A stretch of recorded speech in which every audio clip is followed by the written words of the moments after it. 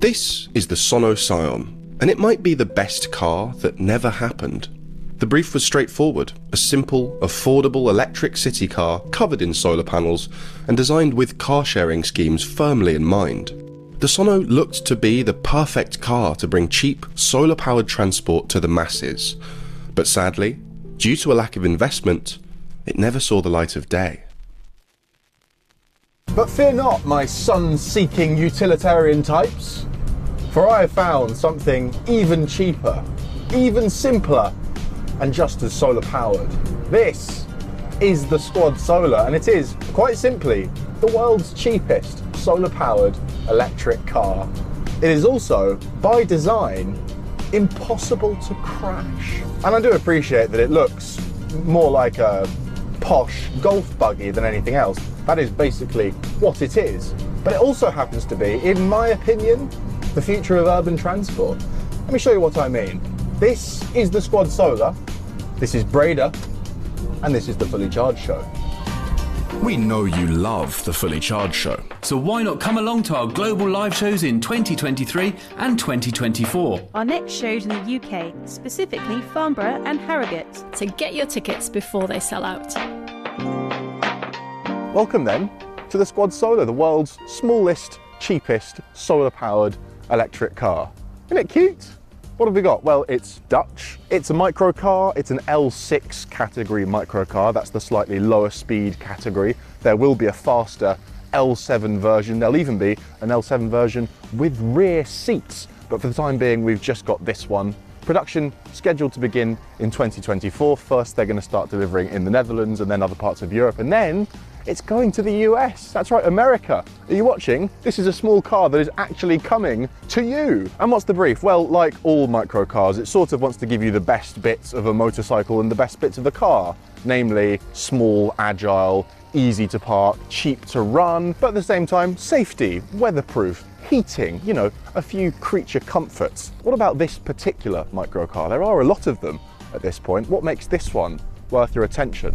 Well, if the Carver is the most fun, if the Microlino is the most stylish, if the City Transformer is the most unusual, I think this might be the most practical, the most spacious micro car. I think this might be the micro car that is most like a car.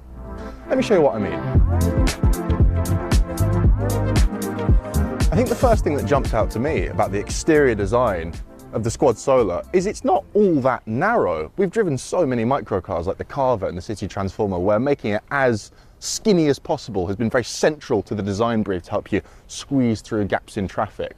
And the Squad Solar is still comfortably a quarter of the footprint of the average modern car, but they've not gone to great lengths to make it as narrow as possible. Instead, they've gone, look, give you a little bit of extra width, bit of extra stability on the road, more room for your solar panel, more room inside for your knees and elbows and your passenger. And these guys have been working closely with ride-sharing companies here in the Netherlands who work with a fleet of Bureaus, which are these little micro cars that have been knocking about here for a long, long time. Legally, you can drive one of those at 16 here in the Netherlands. And what that ride-sharing company have informed Squad of is that 16-year-olds do have a tendency to drive them quite exuberantly and put them on their roofs. So a little bit of extra width, little bit of extra stability, not a bad thing when you're going to be renting these out to 16-year-olds. Next thing you notice, look at all this glass. The visibility is going to be spectacular out of this vehicle. There's barely any body at all. We've got a cheerful little face down here, proper headlights, wing mirrors, lovely metallic paint, really, really eye-catching design. Now, let's talk about a couple of safety features that you probably wouldn't notice if I didn't point them out to you. Number one, have a look at this aluminium exoskeleton. This is the frame holding the car together. And I love the way it's been exposed like this. It's really the first thing that's going to hit if you crash the car in any direction. Great way of protecting all the glass and the solar. Big fan of that. This has crash safety far beyond what is required for an L6 micro car. It's got full crash structures front and rear as well. They've really gone above and beyond with the safety.